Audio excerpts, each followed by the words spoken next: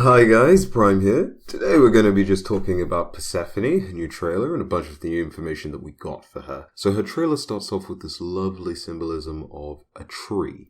And leaves are of course falling from the tree, and then you have this lovely symbolism where the tree switches up and it becomes like a dead, it's got a bit of lava just sparking out of there just for some reason. And that's of course symbolic of the character herself, like she has this fun relationship between life and death because she's a nature goddess and a goddess of death. And it's a pretty short trailer as well, where Persephone's just saying pretty much that the gods really don't know that much about the underworld, and death itself, really. There's also an air of confidence and indifference about her monologue as well. Like she's about to make things happen, but she's not necessarily angry or all that necessarily emotional about what's going to go on. She's just very confident. She knows exactly what's about to go down. She's going to enjoy herself. Judging from the notes about what the kit's going to be like, so apparently she's going to be some sort of necromancer character. She's going to have a weird deployable skill where she can have a bunch of minions run around the map and farm for her. So apparently she's going to be some sort of necromancer character. She's going to be able to spawn minions and stuff,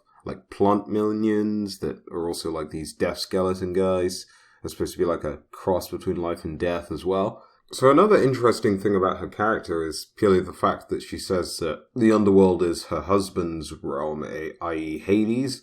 It's not like she's necessarily ruling over it in his stead or anything like that, or ruling over it on her own necessarily. Which is quite an interesting way to put it, because in Hera's trailer it was more clear that she was actually just taking care of business, whereas with Persephone that doesn't seem to quite be the case. But when you also look into the sort of extra text that Hires provides, you get the sense that Hades doesn't necessarily have to do anything in the underworld as well. It's sort of just done for him. People die, they come to him and then choose to hear their words if he wants to, or just let Persephone do that, just not. So yeah, pretty fun relationship there. Persephone had white hands in Greek mythology, and thanks to the lighting, it's hard to really see whether her hands are actually purely white or what's going on. There's a bit more coloration, pinky, bloody hues to it. But before going to the underworld, she was the Kore, a symbol of young vegetation and innocence, purity. So now, being a symbol of corrupt vegetation, I guess works pretty well, actually. So Persephone is going to be a villain of the story this time round, and it's quite interesting because in the Greek myths, Persephone never really left the underworld,